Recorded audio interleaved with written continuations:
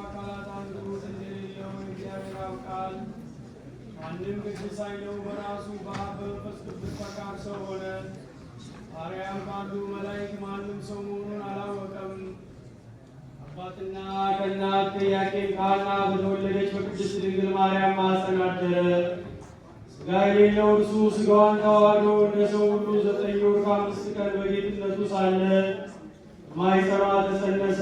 9 ወር ከ5 ቀን ከተፈጸመ በኋላ የሚወለድበት ቀን ቢደርስ በማይመረመር ግብር እህቱም ድንግልና ተወለደ።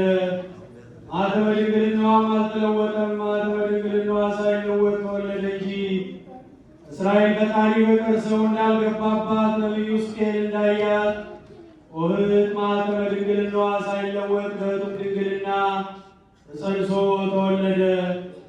እንኳን አላዋቂዎች የድንግል ማርያም መጽነስን መውለዷን እንደ ሌሎች ሰዎች አስታስመስሉ። ለእመቤታችን ለድንግል ማርያም ይህ ሊነገርባት አይገባም። እግዚአብሔር ቃል ያለ ዘራ ብእሲ ጸንሳ ምጥ ሳይሰማት ወለደችው እንጂ በመወለድ ጊዜ የሚሆን ምጥ ፈጽሞ አላገኛትም። የአምላክነት ሥራ ስለሆነ መጽነሷ በጣም ይደነቃል። የመውለዷ ምስጢር ኃይልም አይመረመርም። ማንም አንድ ባሕርዩን የሚያውቀው እርሱን ወለደችው። ማኅተመ ድንግልናዋም አልተለወጠም። ሩቅ ብእሲ የወለደች አይደለም።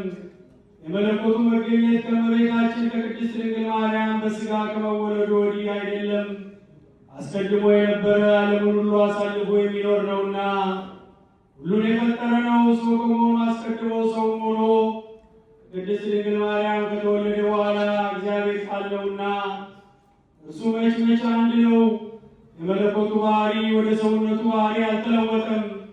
የሰውነቱ ባህሪም ወደ መለኮቱ ባህሪ አልተለወጠም።